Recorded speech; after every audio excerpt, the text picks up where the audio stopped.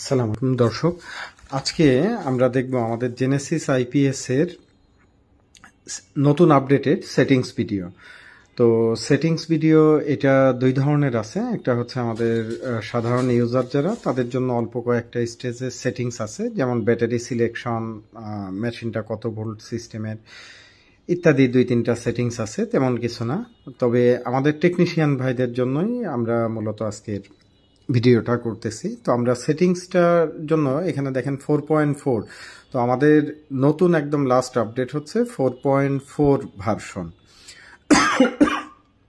তো এর আগের ভার্সনের সেটিংসে যাওয়ার জন্য আমাদের ব্যাটারির টার্মিনাল কানেকশন খুলে এটা প্রেস করে ধরে টার্মিনালটা লাগাইতে হইতো, অথবা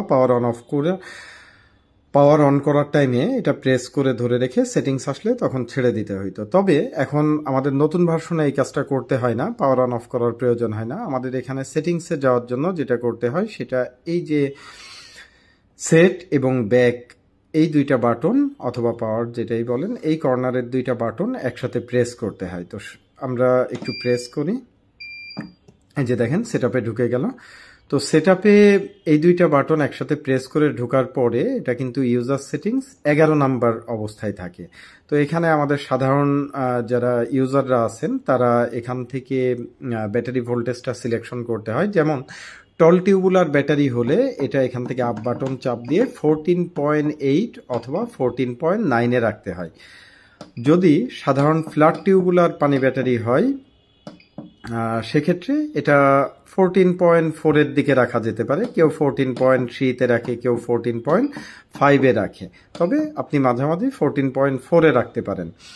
আর যেহেতু আমাদের এটা 3 স্টেজের টোটাল 4 স্টেজের চার্জিং সুবিধা আছে, বাল্ক, অ্যাবজর্ব, ফ্লোটিং এবং অফ স্টেজ। তো আপনি একটু উপরের দিকে রাখলেও ও টোটাল জিনিসটা ও মেনটেন করে নিবে। আচ্ছা, আর যদি ড্রাই সেল ব্যাটারি হয় সেক্ষেত্রে অবশ্যই আপনারা এটা 14.0 ভোল্টেজ বা 13.9 এ রাখতে পারেন। তো এখানে আচ্ছা যাই হোক, আমি সেটিংসে ঢোকার পরে টেকনিশিয়ান ভাইদের জন্য যেটা করতে হবে, এই সেটিংসগুলো আমরা লাস্টে আবার আসব। তো আমরা প্রথম থেকে দেখি। তবে নন টেকনিক্যাল পার্সন যারা আছেন তারা এখানে হার্ড সেটিংসে আসবেন না, কেননা এখানে আপনাদের মিটার টিটার অনেক কিছুর প্রয়োজন হবে এবং ডিটেলস জানার একটা বিষয় আছে। তো এখানে আপ এবং ডাউন অর্থাৎ এই কর্নারের দুইটা বাটন একসাথে চাপ দিলে দেখবেন এটা সেটিংস নাম্বার 1 এ চলে আসবে। এই যে দেখেন 1 এ চলে এসছে। তো আমাদের টেকনিশিয়ান ভাইরা যারা এই ধরনের বক্স করেন তারা এটা পুশ মোডে রাখবেন, আর যারা মার্কেট ওয়াইজ বক্স করেন তারা এটাকে অন অফ মোডে রাখবেন। অন অফ মোডে রাখবেন, রেখে এটা ওকে চাপ দিয়ে দিবেন, ঠিক আছে। তো এরপরে যে সেটিংসটা 2 নাম্বার সেটিংস, এটা ব্যাটারি ভোল্টেজ সিলেকশন। আপনার মেশিনটা যদি 12 ভোল্ট সিস্টেমের হয় তাহলে এখানে আপনি 12 রাখবেন, যদি 24 ভোল্ট সিস্টেম হয় 24, এভাবে 36, 48, 60, 72, এরপরে আবার 12। তো আমার এই মেশিনটা যেহেতু 12 ভোল্ট সিস্টেমের, আমি এটা 12 রেখে ওকে দিয়ে দিচ্ছি। 3 নাম্বার সেটিংসে আছে এসি ব্লক অ্যাম্পিয়ার, অর্থাৎ আমরা এসি মেন লাইন থেকে মেশিনটা ব্যাটারিটাকে কত অ্যাম্পিয়ারে চার্জ করবে। আপনি যদি 12 রাখেন তাহলে এটা সর্বোচ্চ 12 অ্যাম্পিয়ারে এটাকে চার্জ করবে। তো উল্লেখ্য এখানে এটা আমরা বারবারই বলছি যে আমাদের এটা কিন্তু পিওর ডিসি স্কেলে চার্জ করে, অর্থাৎ আমাদের টেকনিশিয়ান ভাইদের অনেকের এখানে এসি ক্লিপার মিটার ইউজ করে। এটা 12 মানে কিন্তু এসি ক্লিপার মিটারে এটা প্রায় 18-20 অ্যাম্পিয়ারের সমতুল্য। তো এখানে আপনার ছোট মেশিন হলে আপনি 10 অ্যাম্পিয়ারে রাখতে পারেন। 1000 ভিএ 12 ভোল্ট সিস্টেমের হলে আমরা সাধারণত 12-13 অ্যাম্পিয়ারে রাখি। 1200-1500 হলে এটা আপনারা ব্যাটারি অনুযায়ী সর্বোচ্চ আমার মনে হয় 15-16 অ্যাম্পিয়ারে এখানে চার্জিংয়ে রাখতে পারেন। আচ্ছা, এরপরের সেটিংসটা হচ্ছে সোলার থেকে কত অ্যাম্পিয়ারের চার্জ হবে সেটার পারমিশন। তো আপনার সার্কিটটা যদি 50 অ্যাম্পিয়ার মোডের সার্কিট হয় অবশ্যই কাস্টমারের ব্যাটারি অনুযায়ী এটা সেটিং করতে হবে। তো এখান থেকে আমরা সাধারণত 50 অ্যাম্পিয়ারগুলো 44-45 অ্যাম্পিয়ারের দিকে এটা দিয়ে থাকি, অর্থাৎ সোলার থেকে সর্বোচ্চ 45 অ্যাম্পিয়ার এখান থেকে সাপ্লাই দিবে, বা এটাকে 50-এ রাখা যেতে পারে। আবার 100 অ্যাম্পিয়ারের সার্কিটে আপনি ওটাকে 80 অ্যাম্পিয়ার থেকে 90 অ্যাম্পিয়ারে সিলেক্ট করতে পারেন। অবশ্যই মাথায় রাখতে হবে এটা কাস্টমারের ব্যাটারির ক্যাপাসিটি অনুযায়ী অ্যাম্পিয়ারটা দিতে হবে এবং সোলারের প্যানেলের ক্যাপাসিটি অনুযায়ী। এরপরে যেটা হচ্ছে ওভারলোড, আমার এটা যেহেতু 600 VA মেশিন, এটা 480 ওয়াটে ওভারলোড, তো আমি এটা কিন্তু কমাইতে বাড়াইতে পারবো। এই যে দেখেন আমি এখানে 480 ওয়াটে রাখতে পারি। তো আমার ট্রান্সফরমারটা একটু হেভি, যে কারণে আমি একটু ওভারলোড বাড়িয়ে দিচ্ছি, 550 ওয়াটে 540 ওয়াটে রাখতেছি। এরপরে 6 নাম্বার সেটিংসে বলা হচ্ছে ব্যাটারি ভোল্টেজ অ্যাডজাস্ট করতে বলতেছে, ব্যাটারি ভোল্টেজ। তো এই অবস্থায় আমি মিটার দিয়ে ব্যাটারির টার্মিনালে ভোল্টেজটা দেখব কত ভোল্টেজ আছে। ওই অনুযায়ী যেমন আমি একটু দেখাই, এখানে আমি ভোল্টেজ স্কেলে রাখতেছি। এখন আমি এখানে ব্যাটারি ভোল্টেজটা দেখব। তো আমার এক হাতে আপনাদের দেখাতে একটু অসুবিধা হবে। আচ্ছা, এখানে আমি দেখতে পাচ্ছি ব্যাটারি ভোল্টেজ আছে 13.5 এর মতো। ব্যাটারিটা চার্জে ছিল, যে কারণে একেবারে ফুলি চার্জ অবস্থায় আছে। তো এখানে দেখেন 13.4 দেখাচ্ছে। তো আমি এটাকে 13.5 করে দিলাম, আপ বাটন দিয়ে একটু বাড়াইয়া দিলাম। এরপরের সেটিংস হচ্ছে আপনার 7 নাম্বার সেটিংস, এটা হচ্ছে এসি চার্জিং অ্যাম্পিয়ার। এখন এসি থেকে কত অ্যাম্পিয়ারে চার্জ হচ্ছে এটা আপনাকে ক্লিপার মিটার দিয়ে দেখতে হবে। হ্যাঁ, আপনি এটা এসি মিটার যেভাবে আপনারা করেন ওইভাবেও চেক করতে পারেন। তো এখানে কিন্তু এসি মিটারে এখানে আপনার বেশি দেখাবে, এখানে কম দেখাবে। তবে আপনার যদি পিওর ডিসি স্কেলে ধরেন তাহলে দেখেন এখানে কিন্তু এটা 8 অ্যাম্পিয়ারে চার্জ হচ্ছে।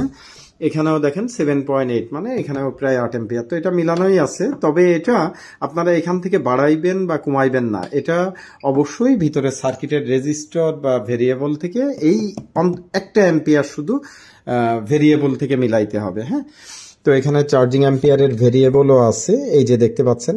আমরা অবশ্য ভেরিয়েবল এখানে ইউজ করা হয়নি, তো এখান থেকে ভেরিয়েবল থেকে কমাইতে বাড়াইতে হবে।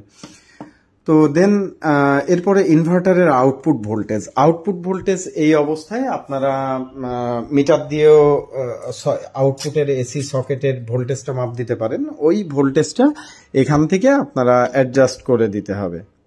দেন তারপরে এটা হচ্ছে লোড অ্যাডজাস্ট। এই অবস্থায় আপনারা এখান থেকে ফিলামেন্ট বাল্ব সাপোজ 200-400 ওয়াট দিয়ে এখানে ওয়াট চলে আসবে। তো এই ওয়াটেজটা আপনারা কম বেশি করে অ্যাডজাস্ট করে দিতে পারবেন।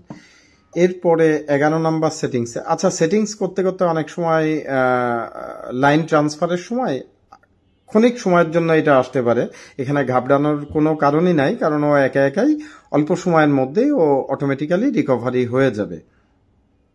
হ্যাঁ, এটা একটু সময় নিবে, হয়তো 10-15 সেকেন্ড সর্বোচ্চ সময় নিতে পারে। এই যে দেখেন ও একা একাই কিন্তু রিকভারি করে নিল।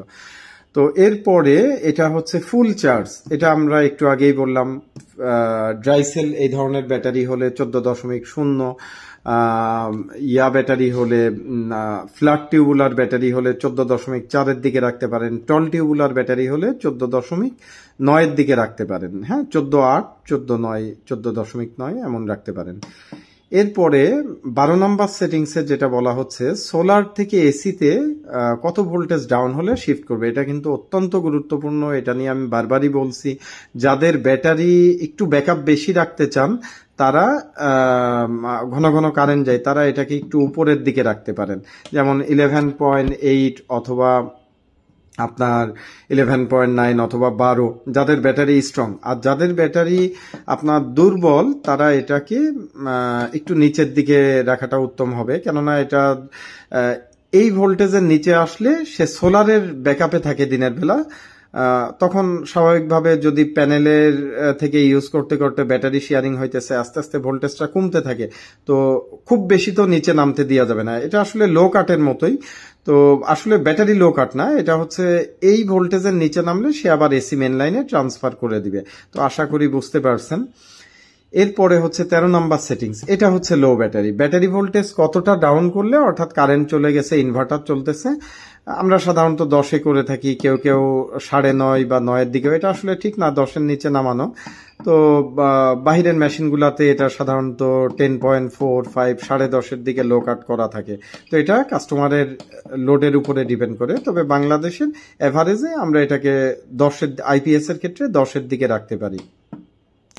এরপরে 14 নাম্বার সেটিংস হচ্ছে চার্জিং রিকানেক্ট, অর্থাৎ চার্জিং একবার ফুল হলে ব্যাটারি ভোল্টেজ কত নিচে নামলে আবার চার্জিং ধরবে। তো এটা 12.8-এর দিকে হইতে পারে। হ্যাঁ, আমাদের পানি ব্যাটারি বা ড্রাই সেল ব্যাটারি, টল টিউবুলার ব্যাটারি, যে কোনোটা আমরা এটা করতে পারি। কেউ কেউ এটা 13 নিচে নামলে দেয়, কেউ কেউ 12.5 নিচে নামলে দেয়, এটা আপনার ইচ্ছা। তবে আমি সাধারণত 12.8-এর নিচে 8-এ রাখি এটা। এই হচ্ছে মোটামুটি ছিল আমাদের সেটিংস। ওকে, তো আশা করি সেটিংস নিয়ে কনফিউশন থাকবে না, সবাই খুব ইজিলি জিনিসটা সেটিং করে নিতে পারবেন। আসসালামু আলাইকুম।